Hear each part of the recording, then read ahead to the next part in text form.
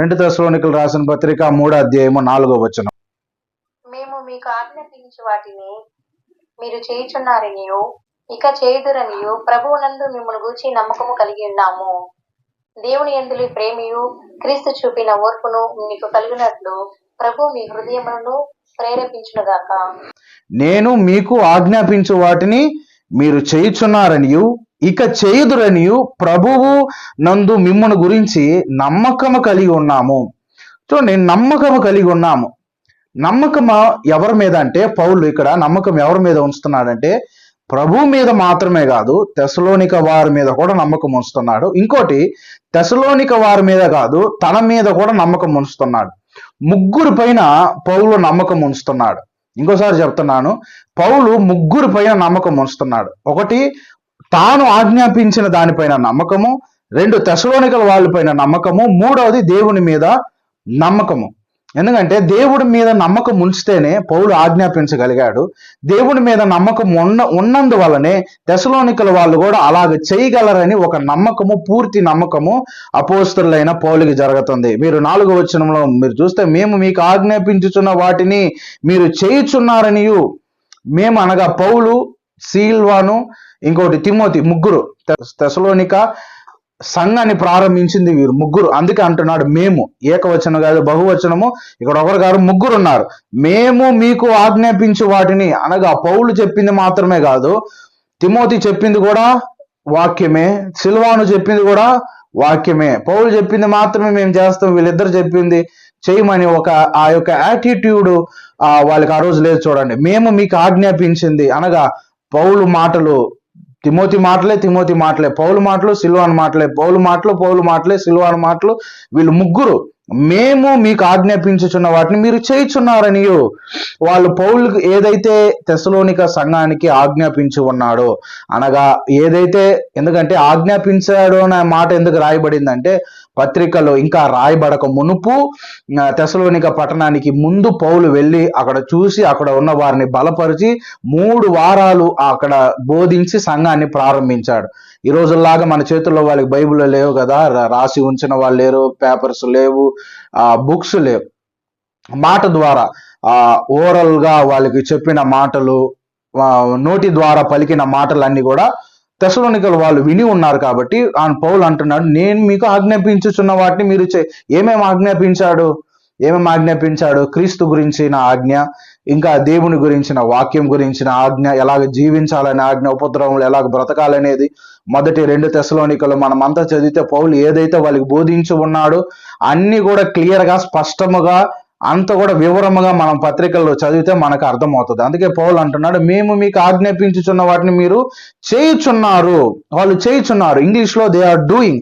English బైబిల్లో చదువుతాను, we have confidence in the Lord that you are doing and will continue to do the things that we command. ఏదైతే ఆజ్ఞాపించి ఉన్నాడో అవన్నీ కూడా తెస్సలోనికల వాళ్ళు చేయుచున్నారని నమ్మకము ఉంది. హల్లెలూయా. వాళ్ళు చేస్తారు, ఇంక మీదట కూడా చేయబోతారు.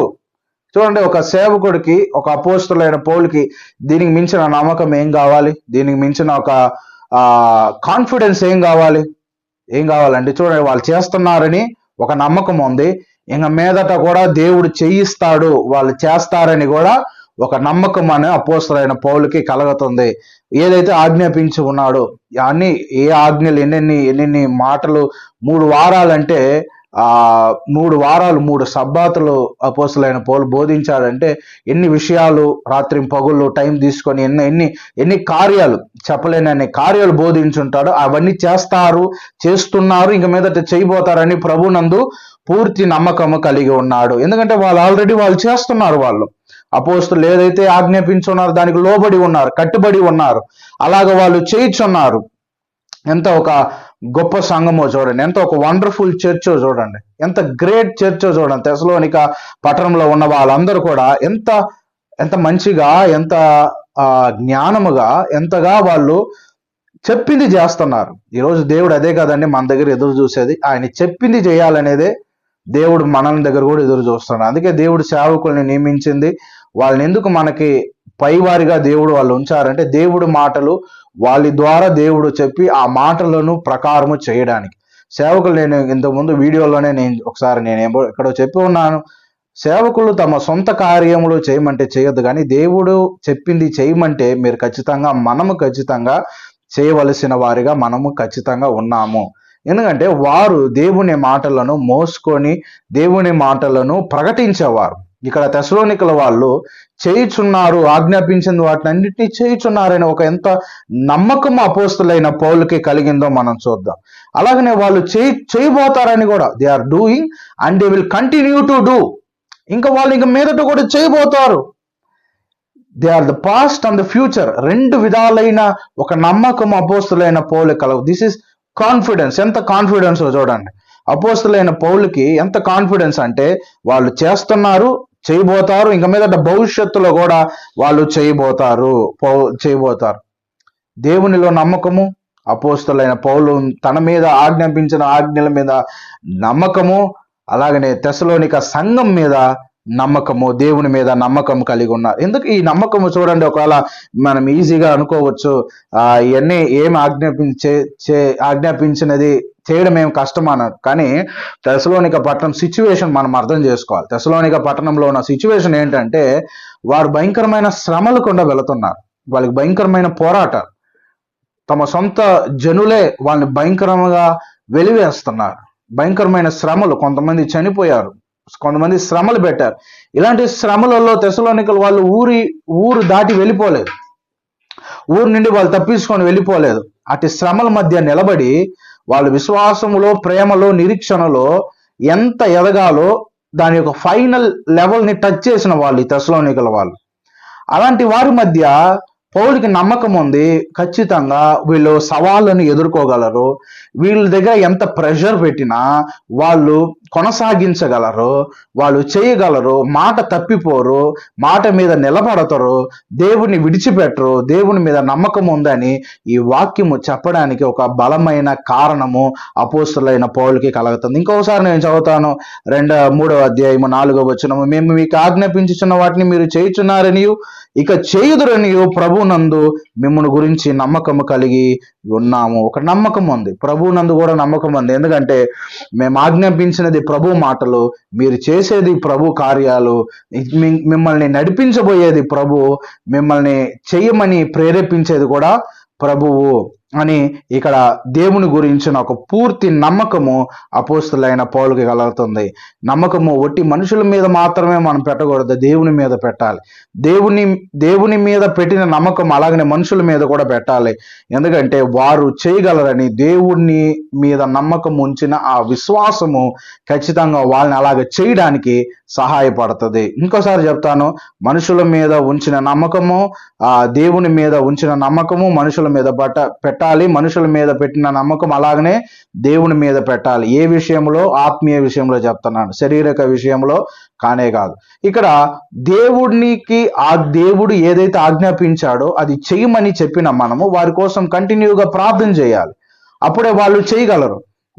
మనం ఎప్పుడైతే ప్రార్థన ఆపినా బహుశా వాళ్ళు చేస్తారో చేయరో మనకు తెలియదు, కానీ మనం ప్రార్థన చేస్తున్నప్పుడు, వారి కోసం విజ్ఞాపన చేస్తున్నప్పుడు ఖచ్చితంగా వాళ్ళని దేవుడు చేయించగలడు. అందుకే పౌలు అంటున్నాడు, ప్రభువునందు మిమ్మును గురించి నమ్మకం కలిగి ఉన్నాము. ప్రభువునందు మేము నమ్మకం కలిగి ఉన్నాం. మీరు చేస్తారో చేయరో మాకు తెలియదు, కానీ ఖచ్చితంగా మీరు చేస్తారు. ఒకవేళ చేయడానికి ఒకవేళ మిస్ అయినా ఖచ్చితంగా ప్రభు మిమ్మల్ని చేపించడానికి, ఆజ్ఞలు గైకొనడానికి ఖచ్చితంగా మీకు సహాయం చేయగలరని పూర్తి నమ్మకం అపోస్తులైన పౌలు తెస్సలోనిక సంఘం మీద, పౌలు మీద, అలాగనే తాను మీద, తెస్సలోనిక సంఘస్థుల మీద, దేవుని మీద పూర్తి నమ్మకం ఉంచుతున్నట్లుగా మనం ఇక్కడ చూస్తున్నాం. తర్వాత 5వ వచనానికి మనం వెళ్ళిపోదాం. దేవుని అందలి ప్రేమయు క్రీస్తు చూపిన ఓర్పు మీకు కలుగునట్లు ప్రభు మీ హృదయములను ప్రేరేపించునుగాక. ఇక్కడ పౌలు ఏమంటున్నాడంటే, ప్రార్థన చేస్తున్నాడు, తెస్సలోనిక సంఘస్థులకి ప్రార్థన చేస్తున్నాడు, ప్రార్థన చేయమంటున్నాడు. ఏమంటున్నాడు అంటే, దేవుని అందలి ప్రేమయు క్రీస్తు చూపిన ఓర్పు మీ కలుగునట్లు ప్రభువు మీ హృదయములను ప్రేరేపించునుగాక. ఇక్కడ కొద్దిగా మనం థియాలజీని మనం ఆలోచిస్తే, ప్రభువు నందలి ప్రేమ, ప్రభు అంటే ఎవరు? దేవుడు. దేవుని అందలి ప్రేమ క్రీస్తు చూపిన ఓర్పు మీకు కలుగునట్లు ప్రభు అనగా మళ్ళీ ఇక్కడ ముగ్గురు వస్తున్నారు, తండ్రి కుమార పరిశుద్ధాత్మ. వీరు మీ హృదయములను ప్రేరేపించునుగాక. దేవుడు ప్రేరేపించేవాడు మాత్రమే, చేయించేవాడు కానే కాదు. ప్రేరేపించే దేవుడు. ఆయన ఆజ్ఞలకు లోబడే మనము ఆ ప్రకారము ప్రేరేపించిన దాని ప్రకారము మనం గాని చేస్తే మనము దేవుడు చేసిన కార్యముగా అది మారుతుంది. అర్థమవుతుందా? దేవుని అందలి ప్రేమయు క్రీస్తు చూపిన ఓర్పు మీకు కలగాలి. ఎవరికి కలగాలి? తెసలోనిక సంఘస్థులకి కలగాలి. కలుగునట్లు ప్రభువు మీ హృదయములను ప్రేరేపించునుగాక. ప్రభువు మీ హృదయములను ఇక్కడ దేవుడు ఏం చేయాలంటే తెసలోనికల వాళ్ళ మీ హృదయములను దేవుని క్రీస్తు చూపిన ఓర్పుకు మిమ్మల్ని నడిపించాలి. తర్వాత పౌలు ఏమని వారి కోసం విజ్ఞాపన చేస్తున్నాడు, ప్రార్థన చేస్తున్నాడంటే మీ హృదయములను దేవుడు ప్రేరేపించాలి. దేనికి ప్రేరేపించాలి? క్రీస్తు చూపిన ఓర్పుకు మీకు కలుగునట్లు దేవుడు మీ హృదయాలను ప్రేరేపించాలి. పౌలు ఆశ ఏంటంటే వాళ్ళ హృదయాలు దేవుని వైపు తిరగాలి, ఒక క్రీస్తు చూపిన ఓర్పుకి వాళ్ళు తిరగాలి. ఇక్కడ ప్రేరేపించడము అనే మాటకు అర్థం ఏంటంటే డైరెక్ట్. ఇంగ్లీష్ బైబిల్లో డైరెక్ట్ అనే మాట రాయబడింది. నేను చదువుతాను ఇంగ్లీష్లో. May the Lord direct your hearts into the love and into the God's love and Christ perseverance. May the Lord direct your hearts. Direct అంటే మార్గమును సిద్ధము చేయడం, మార్గమును సరళం చేయడం. మేక్ వే స్ట్రైట్ గా చేయడం, మార్గమును సరళం చేసి అడ్డులను, ఈ యొక్క అభ్యంతరాల మధ్యలో వచ్చే ఇరుకులను, హిండ్రన్సెస్ అన్నిటిని కూడా క్లియర్ చేయాలి. ఎవరు క్లియర్ చేయాలి? దేవుడు క్లియర్ చేసి క్రీస్తు చూపిన ఓర్పుకు మిమ్మల్ని నడిపించాలి. చూడండి, ఇక్కడ వారి యొక్క ఆత్మీయమైన ఎదుగుదల కొరకు పౌలు ముఖ్యంగా వారి కోసం ప్రార్థన చేస్తున్నారు. వాళ్ళ యొక్క ఎదుగుదల, ఆత్మీయమైన ఎదుగుదల ఆగిపోకూడదు. ఆత్మీయంగా ఎదగడం వాళ్ళు స్టాప్ అవ్వకూడదు. వాళ్ళు ఆత్మీయంగా ఎదగాలని పౌలు ఏమంటున్నారంటే దేవుడు మీ మార్గములను డైరెక్ట్ చేయాలి, ప్రేరేపించాలి. దేవుని ప్రేరేపణ మనుషులకు ఎప్పుడు కలుగుతూ ఉంది, కానీ దేవుని ప్రేరేపణను గ్రహించడం అనేది మనిషి యొక్క తత్వము చాలా చాలా తక్కువ. ఈవెన్ క్రిస్టియన్స్ కూడా దేవుడు అందరిని ప్రేరేపిస్తాడు. ముఖ్యంగా క్రైస్తవుల గురించి మనం కానీ ఆలోచిస్తే దేవుడు క్రైస్తవుల్ని ప్రేరేపిస్తాడు, అందరిని కూడా ప్రేరేపిస్తాడు. ప్రేరేపించడం అంటే దేవుడు తన యొక్క మార్గమును తయారు చేయడం. దేవుడు మార్గమును తయారు చేయడం అనగా క్రీస్తు యొక్క ఓర్పుకి, క్రీస్తు యొక్క సహనానికి, క్రీస్తు యొక్క గుణాతిశయం. ఇది క్రీస్తు యొక్క గుణాతిశయములలో ఒకటి అయినా ఇది క్రీస్తు ఓర్పు. క్రీస్తుకి అనేకమైన గుణాతిశయాలు ఉన్నాయి, దాంట్లో ఒకటి ఓర్పు. పౌలు దీంట్లోనికి తెసలోనిక వారిని నడిపించాలి. ఎందుకంటే వారు ఓర్పు లేదంటే ఓర్పు ఉంది, కానీ ఇంకా వాళ్ళు ఓర్చుకునే సహించే మనస్సు వారికి రావాలని పౌలు వాళ్ళ కొరకు ప్రార్థన చేస్తున్నాడు. వాళ్ళ హృదయములలో దేవుని అందలి ప్రేమ, క్రీస్తు చూపిన ఓర్పు మీకు కలగాలి. ఓర్కనే కాదు, మీకు కలగాలి, వాళ్ళకి కలగాలి. తెసలోనికలు వాళ్ళకి ఇంకా కలగాలి అనేదే పౌలు యొక్క ఆశ. వాళ్ళు ఇంకా క్రీస్తు యొక్క ఓర్పులోనికి వాళ్ళు చేరాలి. లోతైన క్రీస్తు ఓర్పు అంటే మనము ఈ మాటను లైట్ గా తీసుకోవడానికి వీలు లేదండి. ఎందుకంటే క్రీస్తు ఓర్పు అంటే ఇది లోతైన మాట. ఎంత లోతైన మాట అంటే ఈవెన్ మనం సహించలేనంత మనం అర్థం చేసుకోలేనంత ఓర్పు కలిగాడు యేసు ప్రభు. ఆ ఓర్పు, ఉదాహరణకి క్రీస్తు ఓర్పు మనకు అర్థం అవ్వాలంటే ఎవరి జీవితం అక్కర్లే, మన జీవితం ఆలోచించండి. క్రీస్తు మనల్ని ఎలాగ ఓర్చుకున్నాడు అర్థం చేసుకో. నిన్ను నన్ను మనతో ఉన్న వాళ్ళే మనల్ని ఓర్చుకోలేరు, సహించలేరు. 1 or other way ఒక టైంలో అరిచేస్తారు, లేకపోతే కోప్పడతారు, నీతో సహించలేననే మాట కూడా చెప్పేస్తారు. చాలాసార్లు ఆ మాటలు మనం వినున్నాం. కానీ క్రీస్తు మనల్ని ఓర్చుకున్నాడంటే ఆ యొక్క ఓర్పు ఎంత లోతైనదో చూడండి. అదే ఒక ఆత్మ, అదే ఒక నడిపింపు తెసలోనిక సంఘస్థులు కూడా కావాలని పౌలు ప్రార్థన చేస్తున్నాడు. ఎందుకంటే ఉన్న వాళ్ళని ఓర్చుకోవాలంటే అదే ప్రధానమైనది. ఈరోజు చాలా మంది ఓర్చుకోలేక క్రైస్తవుల గురించి చెప్తున్నాను, అనగా మన గురించే చెప్తున్నా. చాలా మంది ఓర్చుకోలేక చనిపోదము, పారిపోదము, ఉండలేక, సహించలేక ఏదేదో చేస్తున్నారు ఆ స్థలం నుండి ఎస్కేప్. కానీ ఎస్కేప్ అవడం ఈస్ నాట్ ద ఆన్సర్. తప్పిపోవడం అనేది ఆన్సర్ కాదు.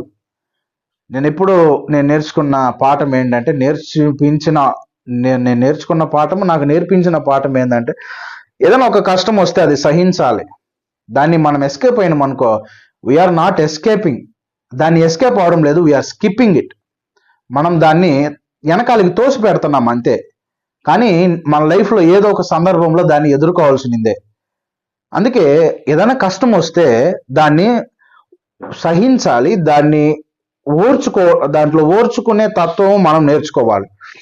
ఒకవేళ నేను ఓర్చుకోలేనని ఆ స్థలం నుండి కానీ ఎస్కేప్ అయిపోతే, దాటిపోతే, తప్పించుకొని పోతే, ఆ మనుషుల నుండి మనం ఎస్కేప్ అయిపోతే, అదే ఒక పరిస్థితి వేరే విధంగా, వేరే మనుషులుగా, వేరే సందర్భాన, వేరే ఊర్లో, వేరే రకంగా మనకు ఎదురవుతుంది. ఆ సమయంలో మనము సహించాలా? ఆ సమయంలో మనము సహించాల్సిందే. There is no way escape అవడానికి అక్కడ ఛాన్సే లేదు. అందుకే మనం ప్రార్థనలో ఈ యొక్క ప్రార్థన మనం ఎప్పుడు మీరు ప్రార్థన చేసేటప్పుడు ఊరకనే పోయి ప్రార్థన చేయదు అండి. కీప్ ఎ డైరీ పెట్టుకొని ప్రార్థన చేయండి. దాంట్లో ఈ పాయింట్ రాసుకోండి, క్రీస్తు యొక్క సహనం నాకు కావాలి. I want Christ Perseverance. క్రీస్తు యొక్క ఓర్పు నాకు కావాలి. మన క్రైస్తవ జీవితం అంతా ఏం తెలుసా అండి? సహించడమే క్రైస్తవ జీవితం. యేసు ప్రభు ఆయన మనల్ని సహిస్తున్నాడు చూడండి. ఆయన అది ఎంత గొప్ప విషయం తెలుసా అండి? క్రీస్తు మనల్ని సహిస్తున్నాడంటే అది సాధారణమైన విషయం కాదు. ఒక గొర్రె ఒకసారి తప్పిపోతే దేవుడు తెస్తాడు. కానీ మనం ఎన్నిసార్లు తప్పిపోతున్నాము, ఎన్నిసార్లు పడిపోతున్నాము, ఎన్నిసార్లు జారిపోతున్నాము, ఎన్నిసార్లు మిస్ అవుతున్నాము, ఎన్నిసార్లు క్రమముగా జీవించడం లేదు, ఎన్నిసార్లు ఆయన సహిస్తున్నాడు చూడండి మనల్ని. That is God's greatest love. దేవుడు మనల్ని సహిస్తున్నాడు. దేవుడు ఎలాగ సహిస్తున్నాడు అంటే, క్రీస్తు ద్వారా దేవుడు మనల్ని సహిస్తున్నాడు. క్రీస్తుని బట్టి మనల్ని సహిస్తున్నాడు. ఎవరు? తండ్రి అయిన దేవుడు క్రీస్తుని బట్టి నన్ను సహిస్తున్నాడు. ఈ లోకాన్ని ఒకసారి చూడండి. ఈ లోకాన్ని చూస్తే నీకు నాకెంత కోపం వస్తుంది. ఈ లోకాన్ని యొక్క పాపము చూస్తే నీకు నాకెంత కోపం. అదే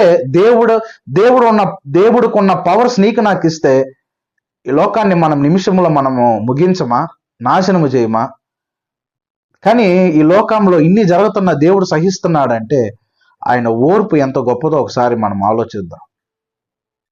లోకంలో ఎన్ని తీవ్రమైన ఘోరాలు, నేరాలు, విననివి, ఇంతవరకు మనం చూడనివి, మనుషులు క్రూరముగా మారడము, ఇన్ని లోకంలో ఉన్నప్పుడు ఇవన్నీ దేవుడు సహిస్తున్నాడంటే ఆయన ఓర్పు ఎంత గొప్పదో ఆలోచించండి. మనము ఈ ఓర్పు బాగుంది, ఈ ఓర్పు క్రీస్తు యొక్క ఓర్పు సూపర్ అంటున్నాము. పౌలు అంటున్నాడు, ఆ ఓర్పు మీలో కూడా రావాలి. అది ముఖ్యమైనది, అది కావాల్సినది, అది అవసరమైంది. క్రీస్తు యొక్క ఓర్పు మనకు కావాలి. ఆయన ఎంత ఓర్చుకుంటున్నాడో మనం కూడా అంత ఓర్చుకోవాలి. ఇది వచ్చి ఒకే రాత్రిలో రాదండి, ఒకే ప్రార్థనలో రాదు. ఇది మనం క్రీస్తుతో కలిసి జీవించడం వల్ల వచ్చేది. ఇది క్రీస్తుతో సహవాసం చేయడం వల్ల వచ్చేది ఈ యొక్క క్రీస్తు చూపిన ఓర్పు. మనం దేవుడికి ఎన్ని వాగ్దానాలు చేసి ఉంటాం. దేవా నీ కోసం ఇటు చేస్తాను, అది చేస్తాను, ఇది చేస్తాను, విడిచిపెట్టను, ఈ సంవత్సరం బైబిల్ చదువుతాను, చిన్న చిన్నవే ఎన్నో తీర్మానాలు, మొక్కుబళ్ళు అవన్నీ కూడా నెరవేర్చకుండా మనం ఉన్నాం. కానీ దేవుడు మనల్ని ఓర్చుకుంటున్నాడు. చూడండి, ఎన్ని చేస్తున్నా దేవుడు మనల్ని ఓర్చుకుంటున్నాడు. ఇదే ఓర్పు మన సహోదరుల మధ్య మనకి కావాలి. క్రీస్తు సహించినట్లుగా మనము సహించే వారిగా ఉండాలి. దేవుణ్ణి అడగాలి, ప్రభా నువ్వు ఎలాగ ఓర్చుకున్నావో మన ఇంట్లో వాళ్ళని మనం ఓర్చుకోలేకపోతున్నాం ఈరోజు. బయట వాళ్ళని కాదు, తెస్సలోనికల వాళ్ళకి ప్రార్థన ఏంటంటే, పౌలు సంఘంలో ఉన్న వాళ్ళని ఓర్చుకోవడం పెద్ద విషయం అది.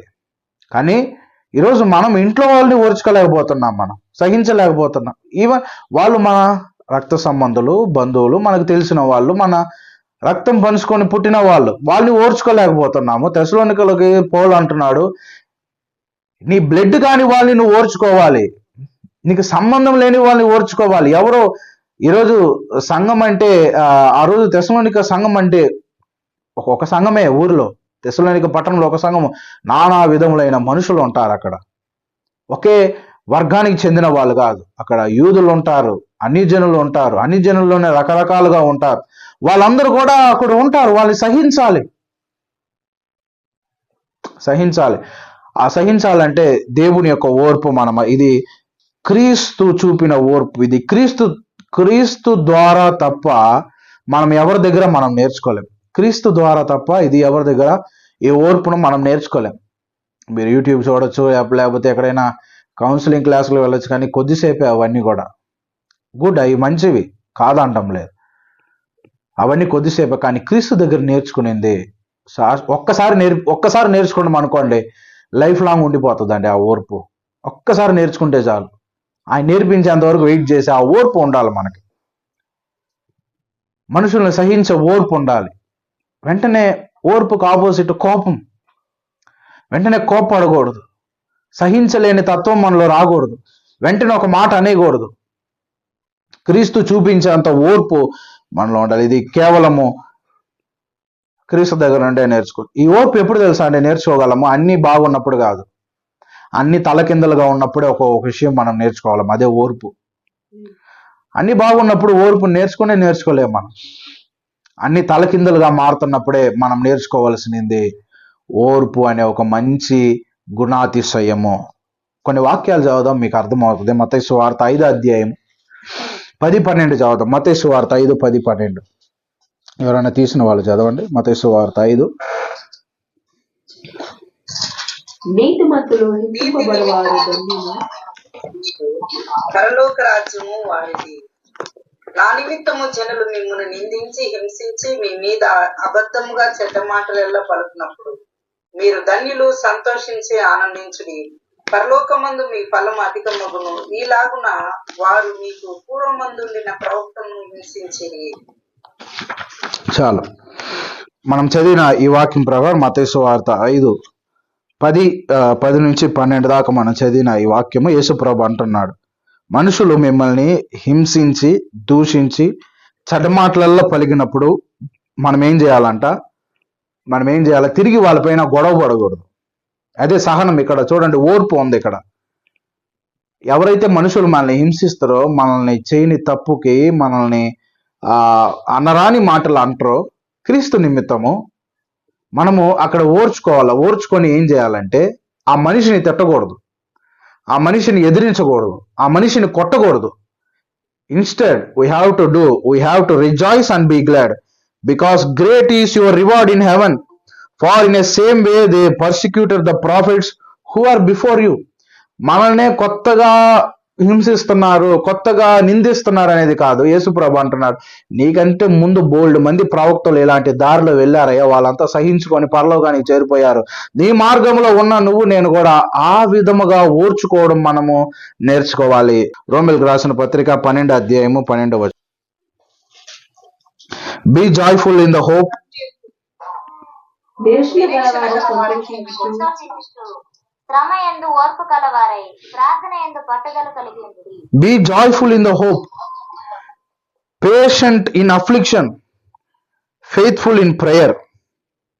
ఎలాగ ఉండాలి మనము? Patient in affliction. మనం ఎలాగ ఓర్చుకునేవారు. ఎప్పుడు ఓర్చుకోవాలా? శ్రమయందు ఓర్చుకోవాలి.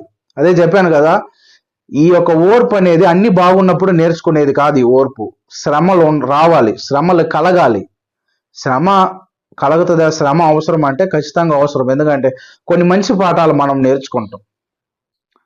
శ్రమలు కోరుకునే వారిగా ఉండకూడదు, కానీ శ్రమలు వచ్చినప్పుడు నేర్చుకునే వారిగా మనం ఉండాలి.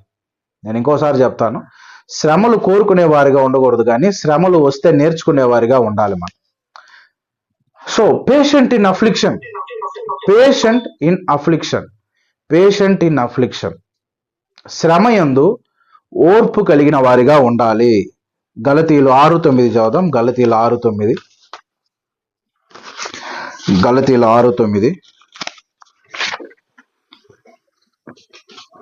మనము మేలు చేయుట యందు విసుకక ఎందుము, మనము అనేక మేలు చేసితిమేని తగిన కాలమందు పంట కోతుము. Let us not become weary in doing good. For the proper time we will reap a harvest if you do not give up. మనం కానీ అలయక, మనము సొమ్మసిల్లక, మనము కృంగిపోక, మనం కానీ మేలు చేసిన వారమైతే తగిన కాలంలో మనం ఇప్పుడు పంట వేసిన వాళ్ళు ఒక 2 రోజుల్లో పంట కొయ్యలేరండి. లేకపోతే ఒక నెలలో కూడా పంట కొయ్యలేరు. వేసిన పంట కనీసం దానికి ఒక 6 months అన్నా, 3 months అన్నా, 4 months అన్న టైం తీసుకుంటుంది. ఆ పంట వేసిన పంట వెంటనే వాళ్ళకి వస్తుంది అని వాళ్ళకి 100% కూడా గ్యారంటీ లేదు. వానలు రావాలి, ఎండలు రావాలి, సరైన నీళ్లు రావాలి. కానీ వేసిన పంటకు మాత్రము పంట ఫలితము తిరిగి వస్తుందని పూర్తి నమ్మకము వారికి ఉంది. అలాగనే మనం మంచి చేయడంలో కొంతమంది ఒకసారి ఒకరు మంచి చేస్తారు. ఆ మంచికి వాళ్ళు తగిన వారు కాదంటే ఆగిపోతారు. Who are we to judge? మనం ఎవరమండి? ఈ మంచి పొందుకోవడానికి వీళ్ళు అర్హులు కాదని చెప్పడానికి మనం ఎవరమే? బైబిల్ చెప్తుంది మంచి చేయడము, do good, but in a proper time you will reap much more.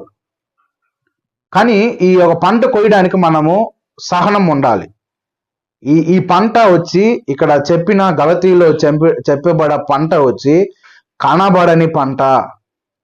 కనబడే పంటని ఈజీగా మనం కళ్ళు ముందు 10 సార్లు చూసినామంటే ఏదో వస్తుంది. కానీ ఈ పంట కనబడని పంట. అది ఎప్పుడు ఫలిస్తుందో మనకు తెలియదు, ఎప్పుడు మన చేతికి వస్తుందో తెలియదు. కానీ ఓర్పు ఇక్కడ ఓర్పు చాలా చాలా అవసరము. తెలియని పంటను కొయ్యడానికి ఓర్పు చాలా చాలా అవసరము. హల్లెలూయా. ఎఫెసీయులకు రాసిన పత్రిక 6:8 కూడా చదువుదాం. ఎఫెసీయులు 6:18.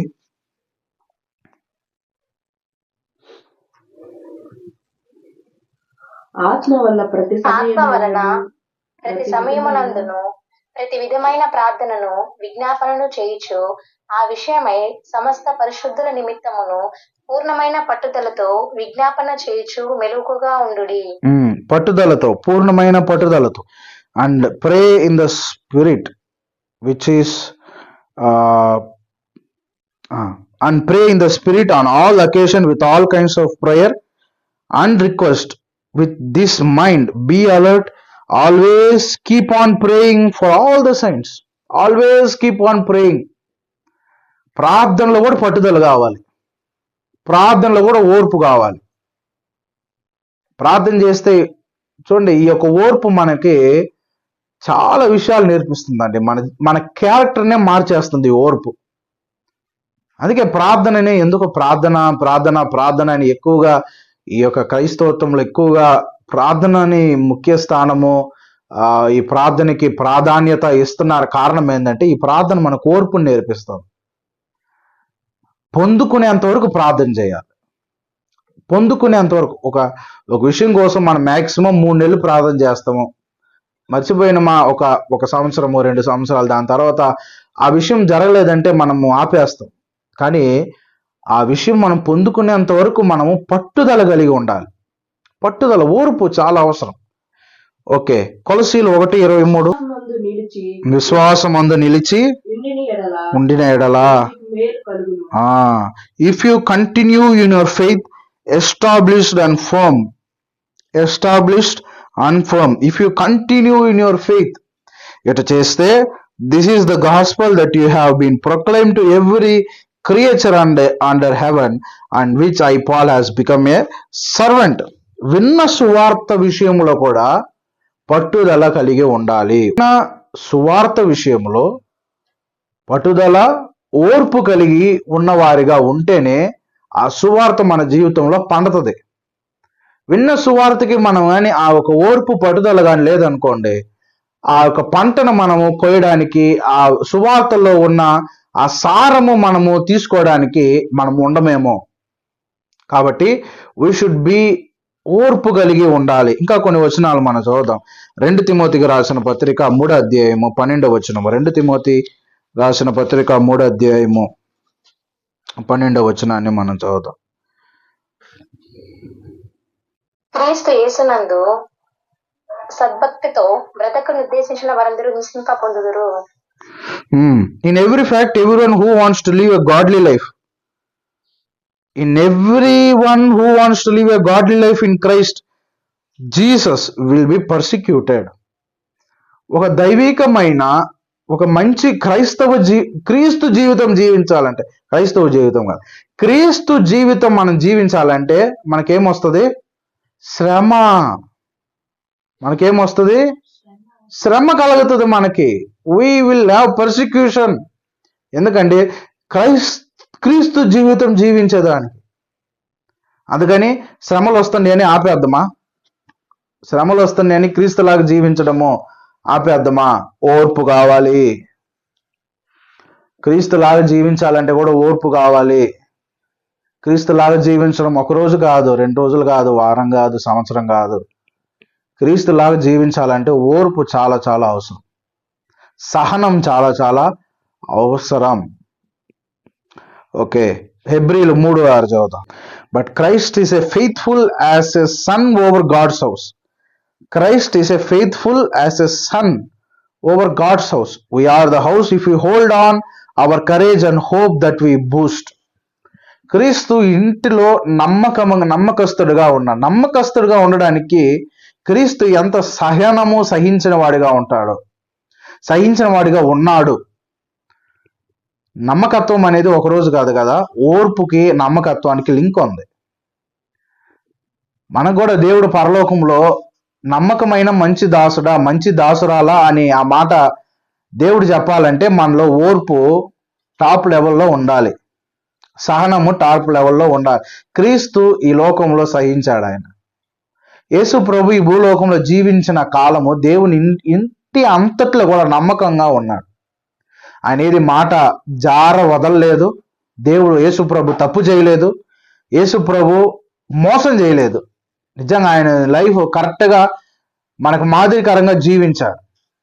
మనం కూడా ఫెయిత్ఫుల్గా ఉండాలంటే, నమ్మకంగా ఉండాలంటే ఓర్పు చాలా అవసరం. మనకు ఎంత అవసరమో అది మన యొక్క ఓర్పును బట్టి, మన యొక్క మెజర్ని బట్టి, మన ఎంత ఓర్పు ఎంత సహనం మనకు కావాలో దాన్ని బట్టి మన యొక్క ఓర్పు అంతా కూడా ఆధారపడి ఉంది. ఓకే, 14 కూడా చదువుదాం. ఎలయనగా మొదటి నుండి మనకును దృఢ విశ్వాసము అంత మట్టుకు గట్టిగా చేపట్టిన ఎడలని క్రీస్తులో పాలివారై ఇందుము. దృఢ విశ్వాసము అంతవరకు మనం చేపట్టుకొని ఉంటేనే we have come to share in Christ. క్రీస్తులో మనకి పాలిభాగం ఉంటుంది. అనగా క్రైస్ట్ షేరింగ్ మనకు ఉంటుంది. అంటే క్రీస్తులో ఏదేదైతే ఉన్నదో దాంట్లో భాగం మనకు ఉంటుంది. ఎప్పుడు? we hold firmly till the end the confidence we had at first. మనలో దృఢ విశ్వాసము చివరి వరకు ఉంటేనే క్రీస్తులో మనకి షేరింగ్ ఉంటుంది. క్రీస్తులో షేరింగ్ మనకెందుకు అని ఒకవేళ మీరు అడగొచ్చు.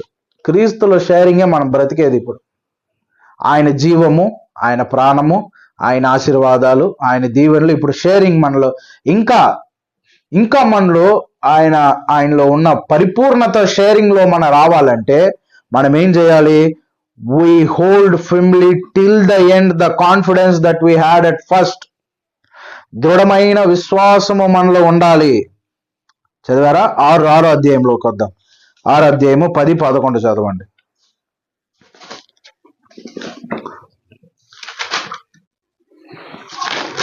మీరు చేసిన కార్యమును మీరు పరిశుద్ధులకు ఉపచారము చేసి ఇంకను ఉపచారము చేయుచుండుట చేత తన నామమును బట్టి చూపిన ప్రేమను మరుచుటకు దేవుడు అన్యాయస్తుడు కాడు.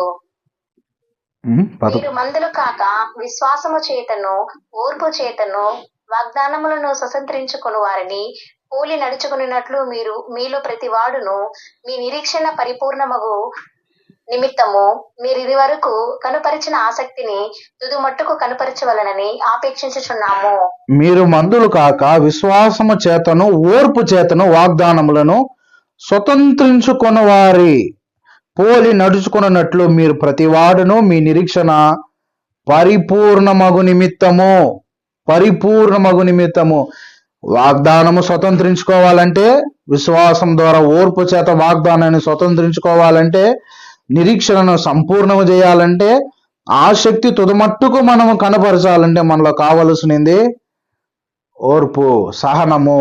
ఇవన్నీ ఉంటేనండి మనలో కంప్లీట్ పరిపూర్ణత అనేది మనలో వస్తుంది. మనకు వాగ్దానాలు ఉన్నాయి. ఆ వాగ్దానాలు నెరవేరాలంటే ఓర్పు చాలా అవసరం.